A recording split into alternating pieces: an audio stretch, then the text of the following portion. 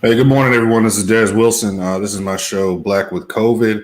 This is a platform where we discuss personal experiences of battling COVID-19 and also explore the data that shows a disproportionate amount of Black and Brown folks, essentially people of color, being affected and dying from COVID-19. Reasons are still being speculated, but essentially have been identified into pre-existing conditions that are contributing to a higher death rate. These pre-existing conditions include uh, uh, diabetes, hypertension, obesity, asthma, but also systemic racism, institutional racism has also been shown to be a contributing factor in terms of why people of color in America are essentially disproportionately being affected by this virus. We all know that this virus has affected jobs, it's affected financial security, mental health due to social isolation, and just overall lifestyle changes, physical health due to quarantine. Our kids are not in school, daycares are closed down. So, I mean, we all know that this virus is affecting everyone from an international level, but as we focus on it from a national level, it is detrimentally affecting people of color. And that includes Black folks, Latinx, Hispanics, Native Americans, and so we want to continue having this discussion and providing this platform not only for people to share their personal experience, but also so we can explore the data points that explore and prove that not only this virus is affecting people of color at a disproportionate level, but also it's exposing some of the issues in our healthcare system as a whole that have long been a long-standing issue, but can finally now be addressed due to the data that is being shown. One thing I want to bring up is the Covet Tracker data through the Atlantic. This is you can visit it at covettracking.com. Again, this is uh, a data set that shows us that nationwide, Black folks are dying 2.5 times the rate of Caucasians. And obviously, we just covered the reasons why that's being considered. This data is based on calculations from the COVID racial data tracker and the U.S. Census Bureau. Race categories may overlap with Hispanic and Latinx ethnicity. The rates are not age adjusted, and some rates are underestimated due to the lack of reporting and ethnicity categories for COVID-19 deaths. So not every state, not every county is reporting their COVID data by race, but the ones that are, which are the majority of them, 50 states and 48, 50 states reporting positive cases, 48 states reporting deaths. And we see here that per 100,000 people by race or ethnicity, this is how many Black folks are being affected. So this is going to continue being a conversation. It's going to continue being an issue that we have to address. I want to play a clip from Dr. Fauci that shows some of these issues, and he makes mention of why people of color are possibly being disproportionately affected. When you're looking at the African American community,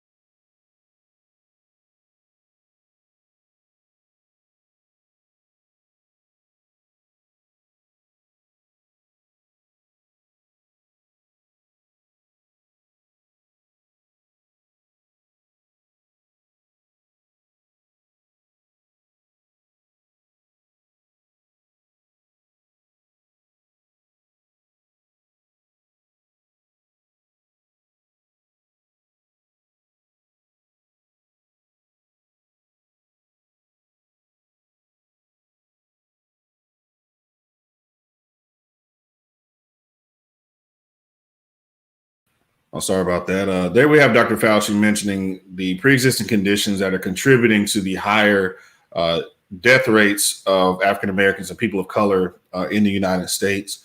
But he also makes mention that systemic and institutional racism, he can't see a reason why that has not contributed to these healthcare disparities as well. So I want to make sure that, again, you can visit this data by visiting the Covet Tracker. It's at www.covettracking.com. Again, this is the Covet Tracking Project by the Atlantic. It is it's a combination of data from the Census Bureau and also the Boston University Center for Anti-Racist Research. And again, this has up-to-date information on how people of color and are being affected by the virus. Switching topics a bit, I want to bring up Officer Harry Wills Jr. of Birmingham Police Department. He recently battled COVID-19 and has since beat it, tested negative, and returned back to work. But he has a personal story from not only contracting the virus, but having to quarantine. He's a father of 4 and an active police officer with the Birmingham Police Department. So I'll play a short clip that we created with him that showed his return back to his kids.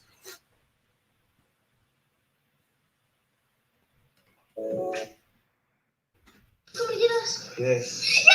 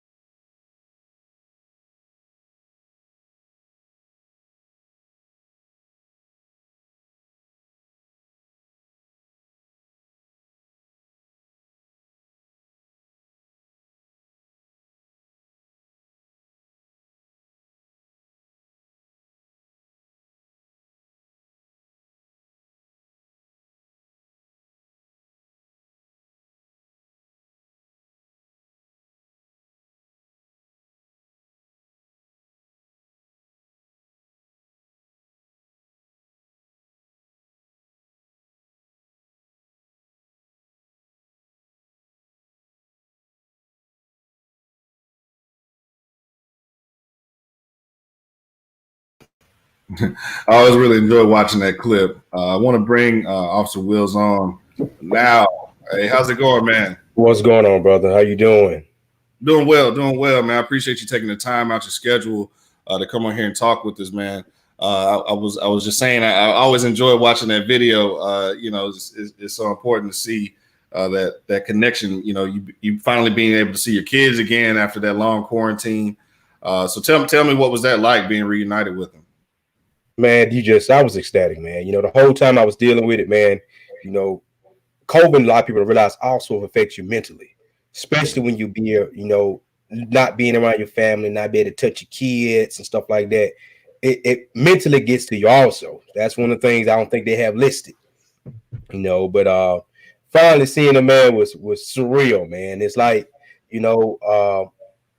like when they were first born. You finally see your baby, you're excited and happy. Man, I was excited and happy, man. They done got money out of me too, because I done bought so much stuff since then. Yeah, I know how it is. They ring. I'm sure they run you dry after the little hiatus. Man, my boy love that Fortnite game. That's all. Daddy, can I get some more money? Be some Fortnite. Lord have mercy. Man, I know how that is, man. Yeah, I got a 10-month-old. Should be 11 months this month. Almost 1. Should be 1 in September. So I'm new to the dad game, but she hadn't hit my pockets too hard just yet. But I know it's coming. Oh, it's coming. I'm sure. Hey, man, I wanted to talk about not only your personal. Oh, what were you saying? No. Are you good? Oh, you said get ready for it. Oh, yes, sir. Okay, yeah, I wanted to talk about I wanted to talk about your personal experience with contracting COVID. what your first symptoms were like, and what essentially led you to finally get tested. And what made you think, okay, I need to finally go get tested. I may have this. Okay, first off, I was on special assignment. We had a lot of the riots and stuff like that was going on, so I was on special assignment doing that. And while I was downtown, I just didn't feel right. And I was talking to my partner that was with me. I said, man, I don't feel right. I put my hand on his shoulder. The next thing you know, I passed out. I've never passed out in my life. And I came to, a lot of officers were standing around me to give me a bottle of water. And the medics came in. They checked me and my vitals were perfect. They gave me a bottle of water and it kind of refreshed me. But then I started having a lingering headache. So at that time, the captain that was over us decided to say, hey, you just go home. You seem like you're possibly dehydrated. So I went home, said, you know what, I may be dehydrated, and drank me a Gatorade. I laid down and took a nap. When I woke up, pounding headache, back was hurting. I felt horrible. And so I didn't go to work that Monday. A coworker called me and said, hey, man, he was also with me during that time, when I passed out. And he said, hey, man, I just tested positive for COVID because he wasn't feeling good. And so that Tuesday, I went and got tested. And sure enough, I was positive. And it hurt me because I had to call call my mom and them, let them know, and call my, and let my kids know, hey, you can't be around dad right now because of it. And we tried to keep it from them, but my kids smart. They knew something was going on. Yeah, and how long had you had to quarantine for how long? And I think you tested positive twice. Is that right?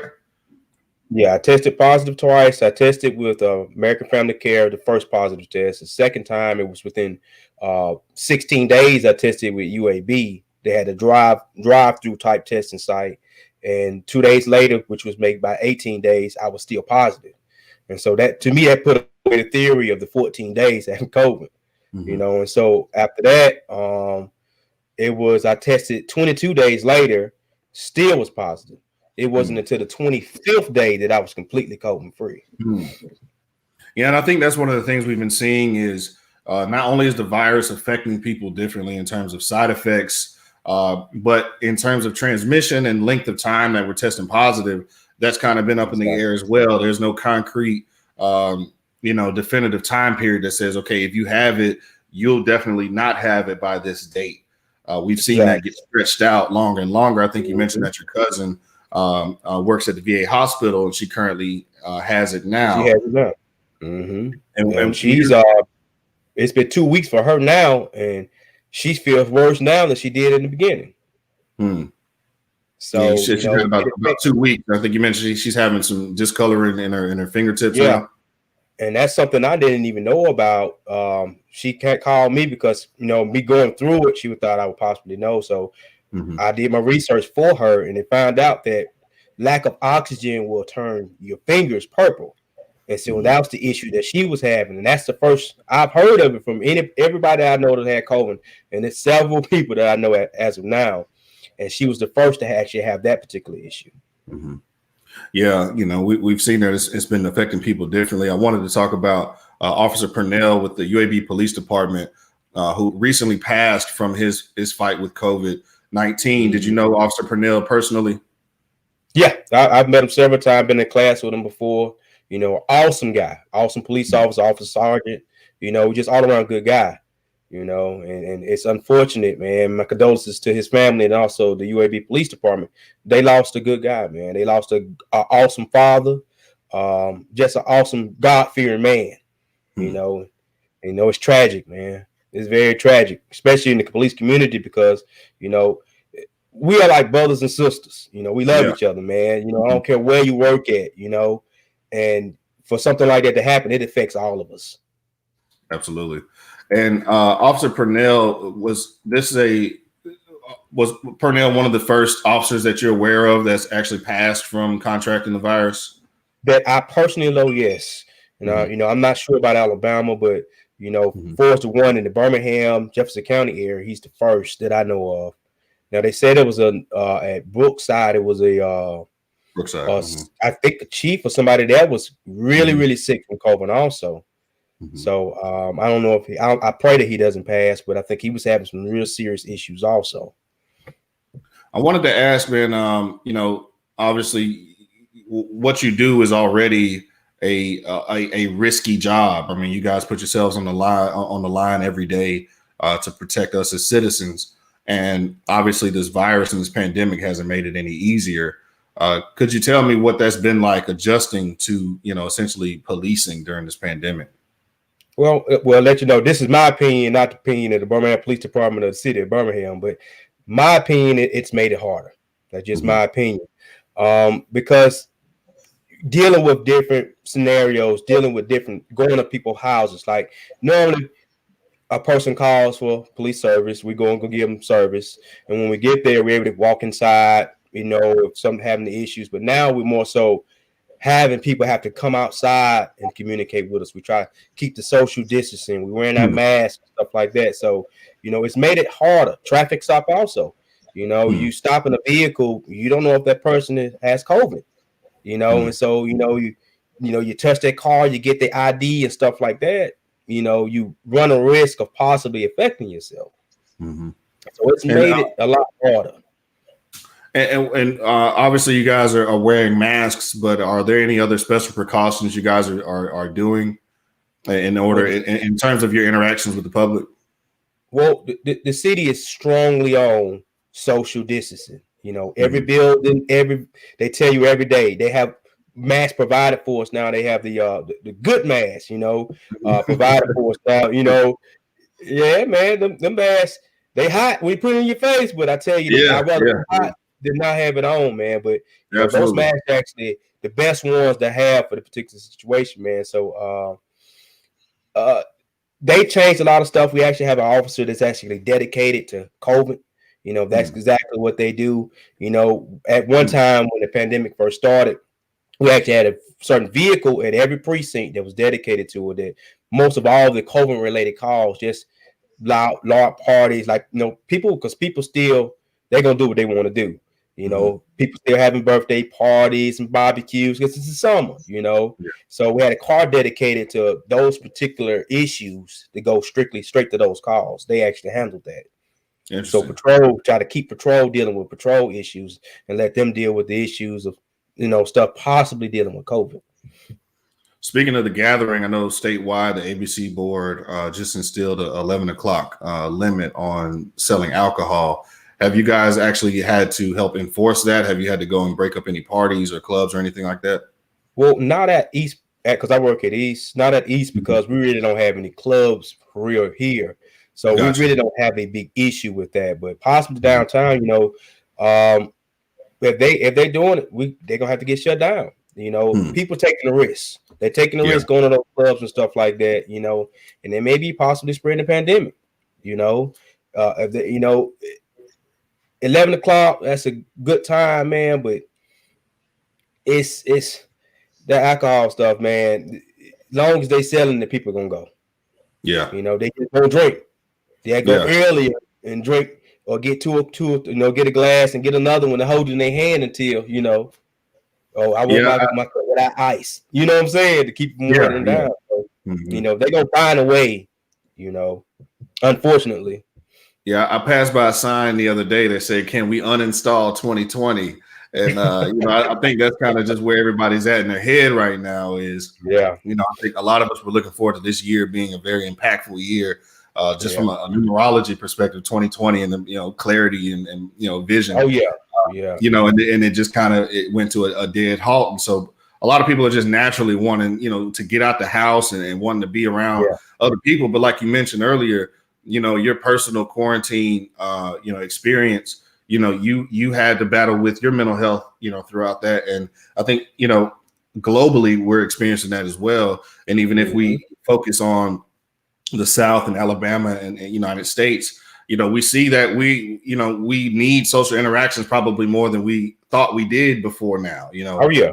People are tired of being in the house and really needing to be around people just to keep their sanity, in check. And so that's one of the things we'll continue talking about on this platform. I'll be speaking with some psychologists that can talk about the importance of maintaining your own mental health and what practices and kind of self-help things we can do throughout this process, because we know that this is pretty much going to extend throughout the rest of the year at the least. I know Dr. Fauci, I think there's an article that just released that said he's hopeful that a vaccine is on the way, and that it's looking like around December that we may be able to start looking at this vaccine. But ultimately, I think that we're going to have to start adopting some of these different practices. And that was one of the things that he mentioned, that that through no fault of their own, African Americans and people of color are dealing with these issues, but through no fault of our own, still doesn't mean that we have to take accountability for ourselves. We have to start, making healthy lifestyle choices, start eating better, and start really looking at this virus from a larger perspective than a temporary perspective. This is something that's going to be around for a while. So again, hey, I want to thank you for coming on. Thank you for sharing your experience, from battling the virus. I want to definitely bring you on again to talk about, any updates that you guys have had in terms of how you guys are having to police and change your strategy in terms of that method. Yeah, because think about it, school is about to start. So, with the school resource officers in the school, the issues they're going to have actually going into the schools, working and stuff with the kids and stuff like that. And the pandemic is still here. We still have these issues. So that's just another thing to think about. Absolutely. School starting. Yeah. I'm honestly, I'm afraid for my kids, to go back into the school, my son, they don't like wearing those masks, man. Yeah. That's one of the things, and it's hard to try to force a kid to wear something because they don't realize the safety of wearing the mask, Absolutely. And I just hate for a kid to go to school and end up catching COVID, and then the school's gonna have to shut down. Right. So that's just another issue to think about, man. It is absolutely. I mean, we've been talking about the schools reopening. I know some are on a virtual reopening. Others are actually looking at physical reopening. Where are you? Are your kids currently in daycare or any classes right now? Right now, me and their mom is just, we working it where, she works at the post office, so she's able to be with them a period of time. My job has allowed her to work from home, and then my off days, she don't have to worry about it. I got them, I take care of it, so she can able to go to the office and do in the field work she has to do at the post office. So God bless us to a position where we worked it out. Yeah. But everybody's not as fortunate as us. Yeah. And obviously, I mean, you two are both in industries that, put you both at risk. And so, and you're providing a service back to the public. So I want to thank you both, for what you guys are doing and the work that you guys are doing in that space. Because I think, just like Dr. Fauci said, a lot of African Americans and people of color are in industries that don't allow us the privilege to work behind a computer, and to limit our social interactions. You have to deal with people on a daily basis. Your wife, your children's mother, she has to deal with these packages and dealing with people that are coming to submit these packages. So, just want to make sure that that's put in perspective to the viewers that, while some people may be able to have the benefit of working from home, like myself, I'm working from home. I can go out and film from a distance with a long lens, with a long microphone, and I can limit my social interactions. I'm privileged and I'm thankful to be in that position. But you don't have those same privileges. You're having to deal with people on a day-to-day basis. And so I want to make sure that the viewers, understand that a lot of us are not able to socially distance as much as we'd like to. And that some of these interactions are essentially inevitable. And wearing your mask is important. Again, bigger than yourself, it's to prevent the spread to others. And so that's the importance of wearing these masks and washing your hands, wearing your gloves, sanitizing, and etc. So, Harry, did you have anything else that you wanted to speak on? No, man, I just appreciate having somebody with a platform to get knowledge out to people, because a lot of people, without knowledge, we'll fail. It's great to have that knowledge and the platform out there that you can, spread knowledge to people, like the things you said about Dr. Fauci. I didn't even know about the vaccine actually, being as close as it is, it's already August, December's a few months away. So that just gives something positive people to hold on to, that eventually that we'll have a vaccine to possibly end this pandemic, because we need it. Absolutely, absolutely. And I mean, he said specifically that, we will get over coronavirus. We will get past this. It's just going to take some time. But at the same time, this should not negate any new practices that we're developing and adapting to. We need to maintain healthy lifestyle choices. We need to keep washing our hands. I think masks are going to be a permanent thing in society now. I don't think, even after coronavirus is kind of, quelled a little bit, that, we'll still be dealing with some of these things. And just like the flu, just like, how COVID-19 has popped up, eventually there'll be something else, Yeah, it always is. Absolutely. So it's important that we develop and maintain these habits now, to preserve, humanity essentially. So now I appreciate you taking the time out, man. I know you got a busy schedule. I thank you for, service and what you're doing for the community. And I'll definitely be bringing you back on to speak to you again soon. Thank you, man. I appreciate the opportunity, man, to even talk. Thank you, man. All right. All right. So again, this is Black with COVID. I thank you guys for tuning in. I see we had a good bit of viewers today. If you have any questions, please feel free to submit them to my inbox. You can email me directly at dwilson@al.com. We'll be talking with some mental health experts in the near future, as well as representatives from the Latinx and Hispanic communities, as well as Native American communities, on what they're doing to prevent the spread of virus in their communities, and also continue to explore the data that exposes the disparities in not only in the healthcare system, but in terms of how this virus is disproportionately affecting people of color. So again, thank you for tuning in, and I'll see you guys next week.